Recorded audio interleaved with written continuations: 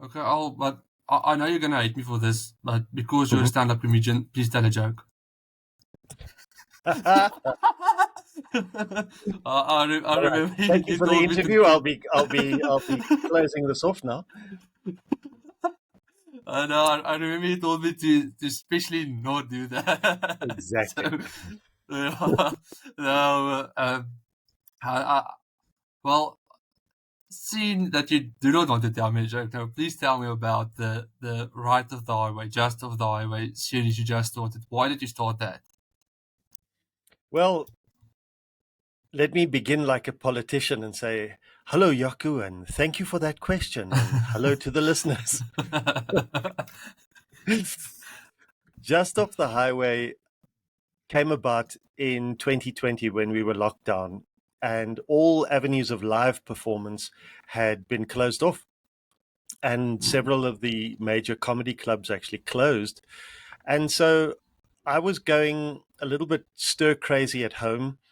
And I also have, for many years, loved going to old bookshops and just, I love buying secondhand books. And I found suddenly during the lockdown that I had an opportunity to read all these books. And because I enjoy collecting, I suppose, what they call Africa, and suddenly I realized how many fascinating, wonderful, intriguing stories there were so close, right on our doorstep. And those stories are just getting lost. I know that there are experts and historians that know them. I know that there are people who live in those towns that know them. But the average young person in South Africa, with the fact that they're not spending a lot of time, with paper books anymore, they're getting a lot of their information off the net, and a lot of this stuff is just not there in a way that's packaged for someone who's got maybe 5 to 10 minutes and is interested in just touching on a fascinating topic. And so I started driving around. I've got a 1972 Toyota Corona, which is my like hobby weekend car. I just love this vehicle. It's indestructible. And I started driving around going and just enjoying finding, telling stories. The first ones were done with me and a cell phone camera. And then I met a friend of mine, Corné Engelbrecht. And Corné is he's great at video and editing and, you know, camera work. And so the two of us just got into the passion of telling these stories and bringing them to people. And that's how Just Off the Highway started. Okay, then you obviously there's a wide variety of things that you look into, a wide variety of topics within the South African history. How do you get your leads? How do you get the story behind the story? How do you get the right people? How do you do your research with it? Well, usually it starts with something personal. So, for example, the last 3 stories that I've done have been connected to Heidelberg, which is only an hour's drive outside of Johannesburg if you're heading to Durban. And for many years, you drive through Heidelberg and you're heading to Durban with a family, and we always go under a bridge labeled Spookbrug. Now, there's got to be a reason why somebody in a town calls a bridge Spookbrug. And we went there and we discovered the story of Spookbrug, and we had such fun. And then when we chatted to the people in Heidelberg, we met a local historian and tour guide, and he told us the story of Salmon van As. And Salmon van As was a Boer officer who was executed by the British a few weeks after the Boer War ended. And his story is this, I mean, it's this heavy, it's a tragic story of betrayal and revenge and a miscarriage of justice. And so we went to the Kloof Cemetery there in Heidelberg. And while we were there, somebody said to us, by the way, do you know the story of the baboon buried in the British grave? And of course, I'm like, no, I've no idea. And he just told us the beginning. And that's actually the episode that I've been working on for the last few days, which is piecing together the anecdote of the fact that in one of the British graves in Heidelberg Kloof Cemetery, the Boer War graves, there are two graves that are exactly the same. They are the same person's surname, the same force number, the same date of death. So why are there two graves? And then the story comes about that one of them, there was a baboon buried in the grave. And now that's, again, just... So I'm not an expert. I'm not an historian. I'm just curious. And when you start talking to people, these fascinating stories just kind of multiply. Don't want to give us like you don't want to spoil it for us, but but can you tell us why they were a baboon, or should we wait for the episode? Well, you're welcome to wait for the episode, but basically it was this. A British Sergeant Woodward went out on a patrol, and it seems like he did some kind of reconnaissance on his own because he never came back. And his family were very upset because there was no body. And so the family was very influential, and they got the British forces here in stationed in Heidelberg to go looking for the body. And now remember that most of the farm owners and let's say the Boer farm owners were either out on commando or they were already captured. Some of the women and children were in concentration camps, but they managed to talk to two farm workers. And the farm workers said they had seen Boers beat this Sergeant Woodward to death and bury him in a shallow grave. Okay, so the British patrol goes, they find a skeleton. The skeleton is damaged. The skeleton has no clothes.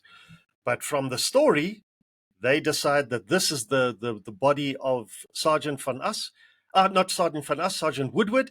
They bring him back and he's buried with full military honor. Much later, after the garrisons had changed and records weren't kept so particularly well, another British patrol finds the body of Sergeant Woodward. And this body has got, it's also a skeleton, and it's got uniform and it's got documents. So this one they're pretty sure is Sergeant Woodward, and it's buried with full military honors.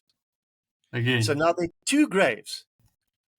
The story takes a turn when the farmers, the Boere, come back after the Boer War, and they start talking about the fact that their beloved adult male pet baboon was killed during the war.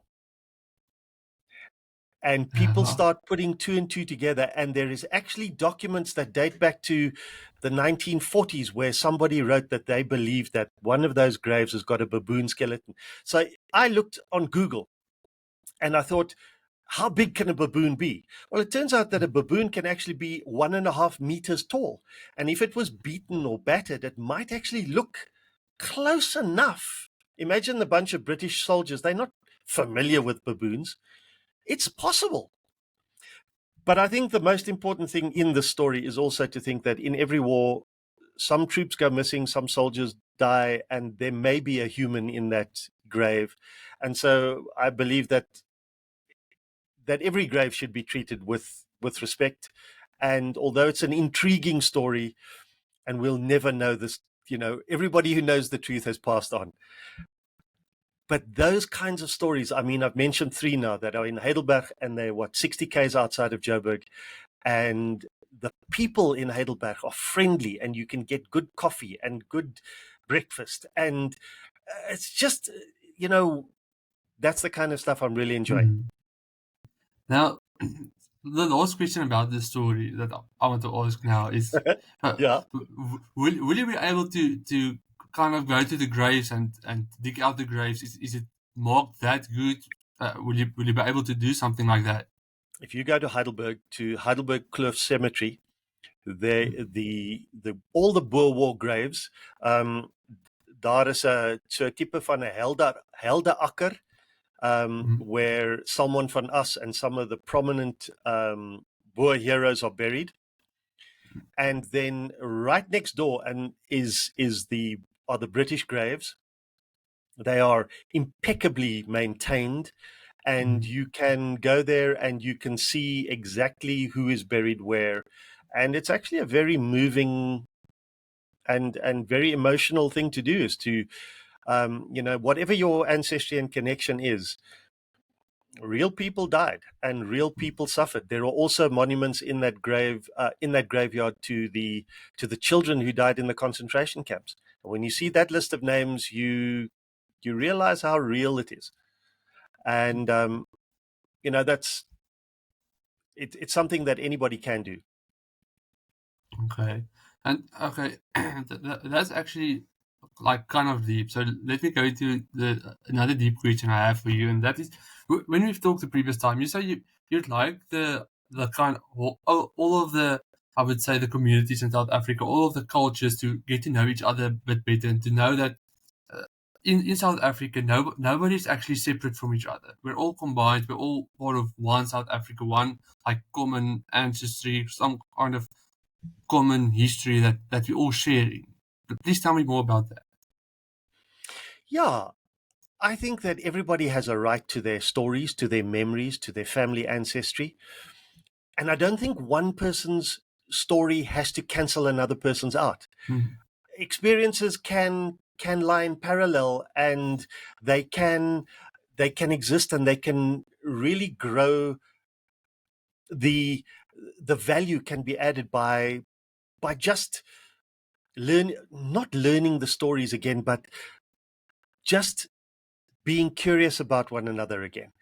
mm, I do think that a lot of politicians like to take one kind of story and promote that and push another story to one side. I think a lot of people in South Africa feel like they only have a connection to one kind of story, and that everything else is lies, or everything else is something to be ignored. And I think there's enormous value in just my whole.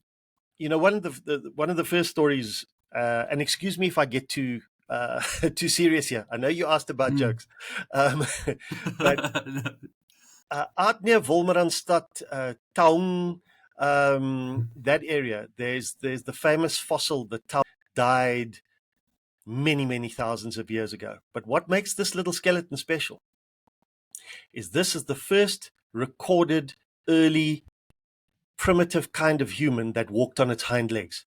This is one of the first creatures that got up from its all fours and suddenly looked around. And for me, that's a metaphor of what I want to do with Just Off the Highway, because I'd like us all to get up out of our tunnel vision that we've got with our job and our computer and our phone and all this kind of stuff, and just get up and look around for a change, and discover that there are fascinating things all around us. Okay, and let's talk more about. I would say more about you, and I would say the jokey part. The how did you get into the comedic part, the stand up, and how did you discover that you're actually funny? Let me ask you that. Um, when ek het drama studeer, and Mm. I worked in theater, and I realized then I was a comedian because I looked at my salary check and I went, "Is this a joke?" And it was definitely, you know, I reached the point where, number one, I got tired of, in 1 month where you decide, am I going to buy food or pay rent? So life in the theater was not working out so well. On another side of what I was doing, I was writing scripts. I was writing scripts for TV, and I was writing scripts for corporates and for what we called industrial theater or corporate theater. So, for example, you might do some corporate training using theater or drama or something. And I'm sure that you and your viewers can appreciate when you're stuck in that corporate mode and you have to be kind of formal and you have to be quite conservative in the way that you use language. This weird subversive stuff starts bubbling in your head. That's where mad comedy comes from. And I started writing that stuff down. And that became my first 2-minute comedy set and 5-minute comedy set. And then eventually I was doing a hell of a lot of stand-up comedy. And I did that for many years. And another passion, because I'm kind of lazy as well, is improvised comedy. I love getting up on stage with one or two fellow comedians, getting some input from the audience, and then just trying to make it up as we go along. And that is really that's that that's that bond that comics have, which I call the bond of the ice cold drop of sweat. Because when you get up there and you haven't got a clue, and that ice cold drop of sweat runs down the back of your neck, that's when the adrenaline kicks in, and that's when performance is really fun. And then at that moment with the sweat drop, Yeah. is that where people show their kind of the true colors, where you have to really, really show that you're good? Is it at that moment? Would you kind of describe for me that specific moment, how you, I would say, how you distinguish yourself from, I would say, having something learned before and improvising? Well, amazingly, we all have performance anxiety. Every one of us, whether you are an engineer or a public speaker, we all have a certain amount of performance anxiety. And when I coach people, one of the major things that they're worried about is that they will lose their audience, they will be disrupted, they'll be heckled, they'll get into some kind of situation where they lose control of the crowd. And the amazing thing is this, that you'll notice that every one of us, comedians, anybody, you've got a couple of kind of remarks in your back pocket, where you might say something that can shut somebody up. But Mm-hmm. really good comedians, good improvisers do something different. If something happens that's unexpected, what you need to do is kind of counterintuitive, but rather than try and block it out, you need to get really curious about it. Because often when someone's heckling you, if someone's giving, and this can happen in a meeting in a boardroom, if you are presenting, let's say you are presenting a corporate project, and someone keeps on hucking you about, oh, no, we haven't got time, that's their weak point. Their pain point, their fear point is time.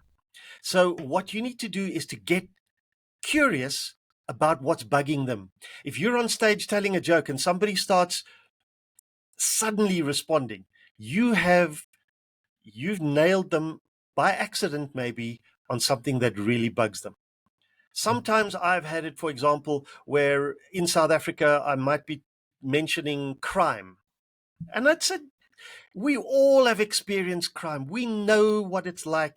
You mentioned crime. I always, for example, I say, crime is a rumor that we in Gauteng use as a story to keep Cape Townians scared and out of our city. Okay? So that's a light-hearted comment. And suddenly someone will respond, boom, and you realize you can't belittle this person. They may have had a horrible experience with crime.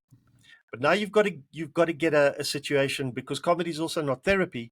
You've got to find a way to connect with this person. And that's when you've got to get curious about this person. And 9 times out of 10, when people are approaching you from a position where they are getting aggressive or shouting or whatever, it's not because they're so in control that they're dominating you. It's actually because they're feeling out of control. They are maybe on their last nerve. They are starting to feel like they got to hang on here, or otherwise they're going to slip out of control. And that's when I think comedy can also build bridges, and you can find a way to just pour a bit of oil on troubled waters. Talking about it Okay. doesn't make as much sense as what can happen kind of in the moment, Okay. And then, how did you learn this kind of psychological thing behind it? But did that just come with time, come with experience, or did you go and study something, or is it Stage just time. experience? Stage time makes all the difference. There are books written about comedy, and nothing beats stage time. Nothing beats being mentored. Um, Mm.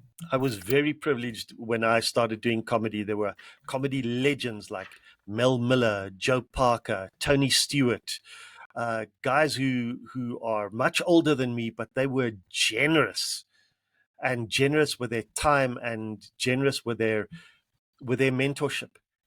And also, comics sit around and you swap war stories, and you discover things. Um, Talking about the crime story, someone shouting out, do you know what it's like if there's a bullet with your name on it? And then that part of your brain kicks in, and you kind of go, well, if a bullet has got your name on it, it's going to get you. So you can don't worry about that one. If it's got somebody else's name on it, you chill because it's got someone else's name on it. That one's never going to get you. You know, what you got to watch out are those bullets that are marked "to whom it may concern," or reply all. Those are the ones. Those are the ones you got to watch out for. Now I know we're talking about dark things, but the fact is that we as South Africans also can sometimes laugh at tough situations. I mean, the ESCOM jokes are brilliant, and it's a tough situation. I mean, the most recent one with you know ESCOM's Black Friday specials. The idea of combining, that, I think that's genius, and I saw that on social media, and I thought that's a real comedy mind of someone who can connect power failure to the words Black Friday. That's brilliant. Now, okay, now my head's actually like kind of full of other questions, but um, let's first go into your role. Where you kind of coach people. You also Hmm. help people. Um, with what is that exactly? How do you do that? Please tell me more about that as well. All right. Um, my wife and I, she formed a company because she's also an actress and drama trained, and her specialty is voice. And she formed a company called the Dynamic Voice Company. And the Dynamic Voice Company started out uh, coaching people who needed help with their voice, with how to get their message across without uh, a way of showing up as their best self and growing their confidence and their ability to present. That grew as my wife was studying and gaining more experience.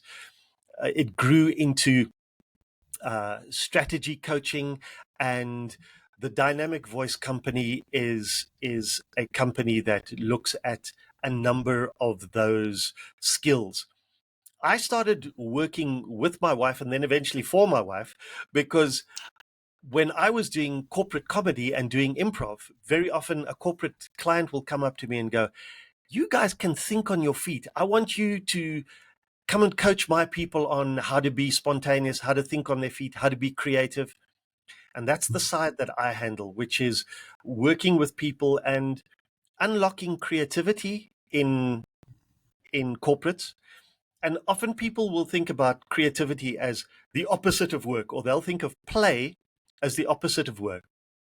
Whereas actually plays like that zone that sporting greats get into. Players like that zone where you're actually at your optimum performance level. And what I do with coaching is I talk to people and say, instead of waiting for a crisis where you have to go, right, the walls are collapsing, think out of the box. Because most people, when they get that think out of the box, they think, I paid a lot for this box. I I had this box air conditioned. This box has got upholstery. I like this box. Don't mess with my box. Before you get to those crisis points, you can create a culture in your company through incredibly simple techniques. One of them is being curious.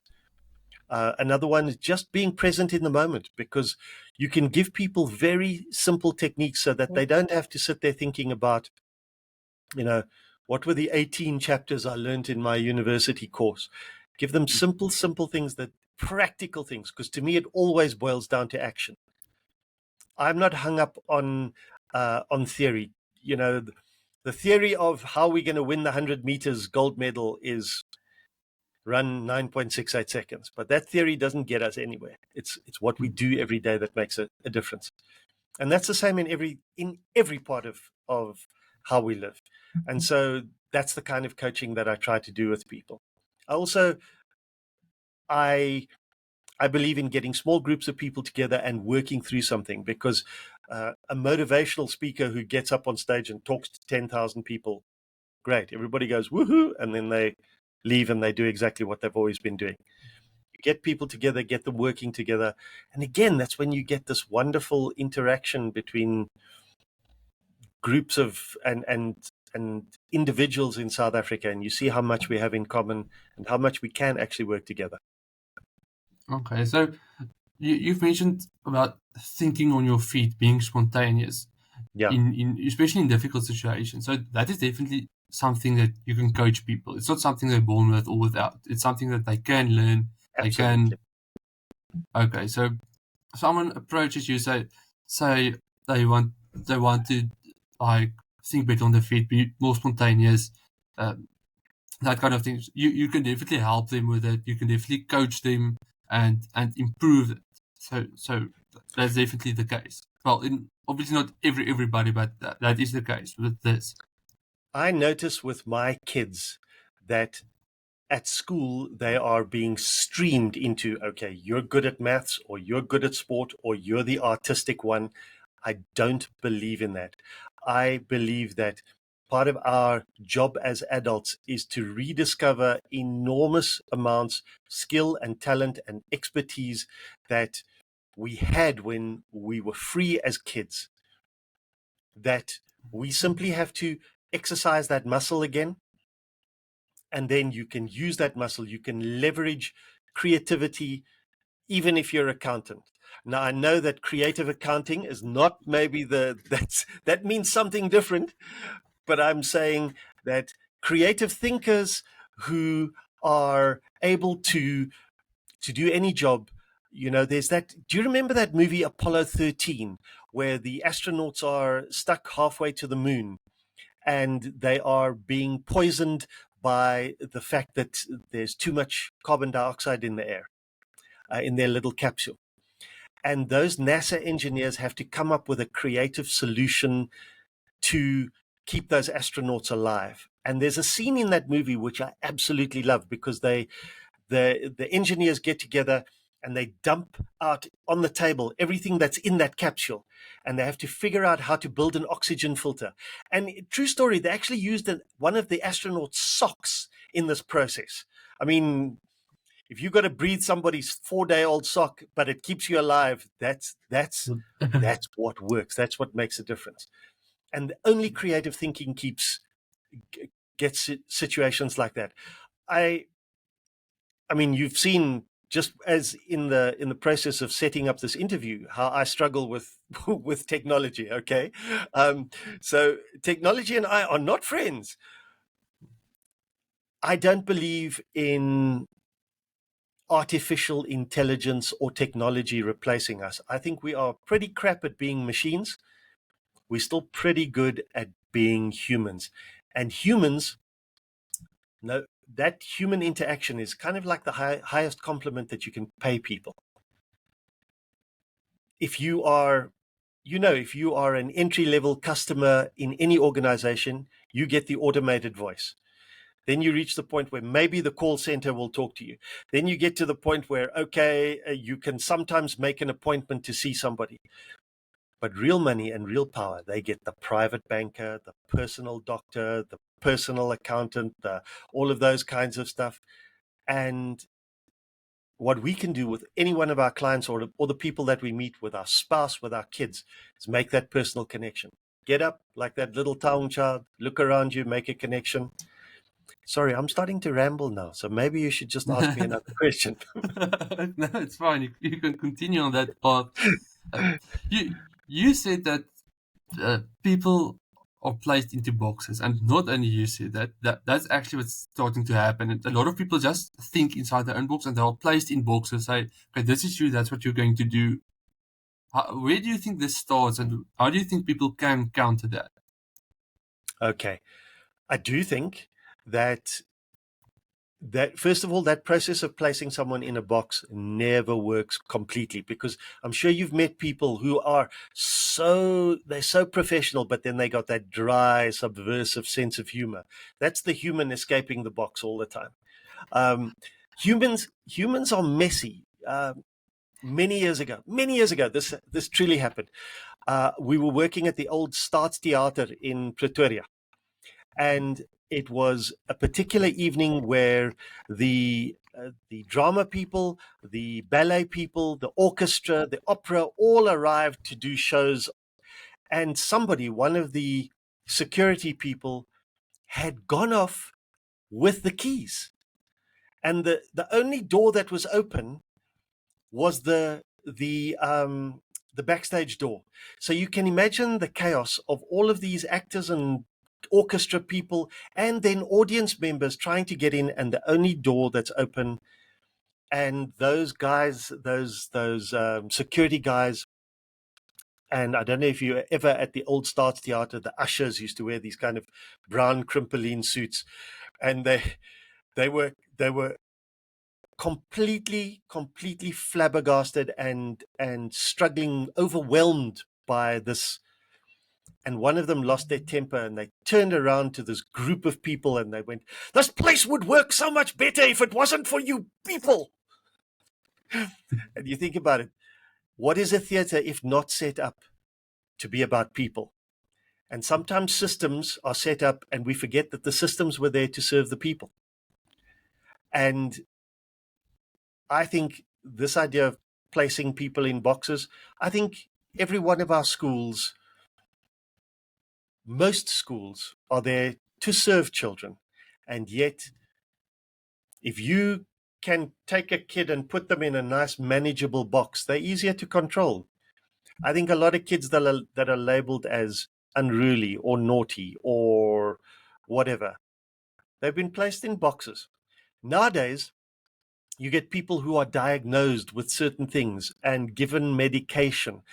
Fine, if you need medication, take it. But I think also it is part of a process of just making people easier to control. And let me not sound like a conspiracy theorist. The fact is that I'm excited by humans who are just that little bit messy, and who break out of those boxes. That doesn't mean that you chuck up your career and go and grow cabbages in the Eastern Cape or something. That's also cool. Um, but you can have the soul of a poet in the precision of an engineer, and you can do amazing things. Yeah. And What am I saying? I don't have a career. I have like a cautionary tale. I have I have had so many times that the stuff that I planned didn't pan out. So, don't believe anything that I say, really. Um, I but I do believe that it's better than ending up hating who you are in your job or whatever it is. now I want to ask you, because you've said now that a lot of things you've planned did not work out the way you wanted to. And there you also had to improvise a lot. Mm. Do you think that kind of improvisation is different than the improvisation you had to do on stage, or do you think that those two things are connected?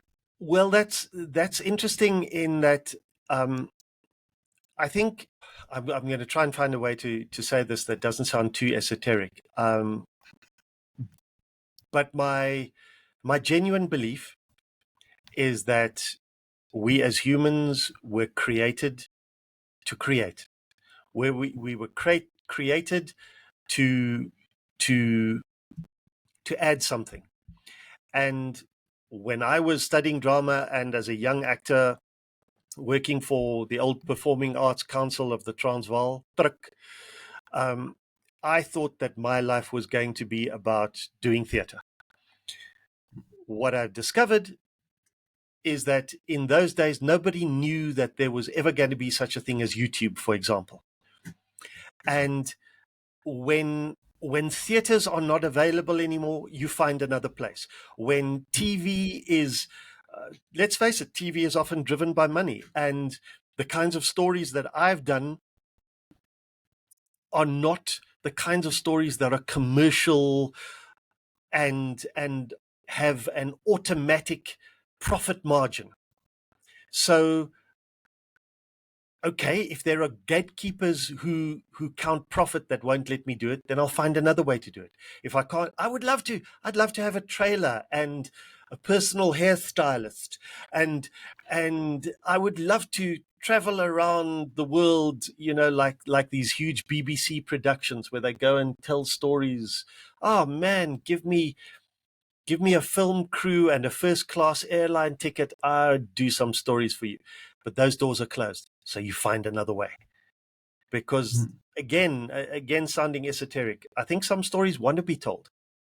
Some stories they're waiting there. And maybe it's not me that's creating them. Maybe I'm just the antenna through which that story gets told sometimes. mm. And you obviously like to tell the stories, and you do it from my point of view. You do it quite good. You do it quite good, Thank you. and Thank you. I've enjoyed watching your stories and watching the things you've done.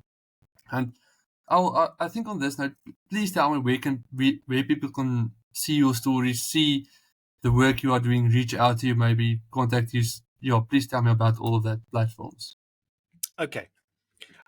The coaching work, dynamicvoicecompany.co.za, dynamicvoicecompany.co.za, and you will meet some very professional people there, much more professional than me, and they will do assessments, and that's the coaching side. And what I do is only part of what the Dynamic Voice Company does. Mm, In terms of Just Off the Highway, it is exclusively on YouTube, and all you have to do is put in Just Off the Highway or put in my name, L. Prodgers. Uh, I had a wonderful client many years ago, a corporate client, and this was a guy who used to call me eight for eight. Uh, he didn't call me L. For him, my naam was Elp, and hy het besluit my naam was Elp Rogers. And he was such an important client that he could have called me anything. Okay, so but it's actually L okay. Prodgers, and you can look up L Prodgers, and you can look up Just Off the Highway. There are about 37 episodes there now, and you can choose a South African story that you like. And if you enjoy them, watch some more. Please share them amongst your friends and comment. Um, And if you really want to, you can always just click on that thanks button and buy me a coffee, and then I get to keep the show on the road and make more stories as we go along. Perfect. Thanks. Let me stop the recording.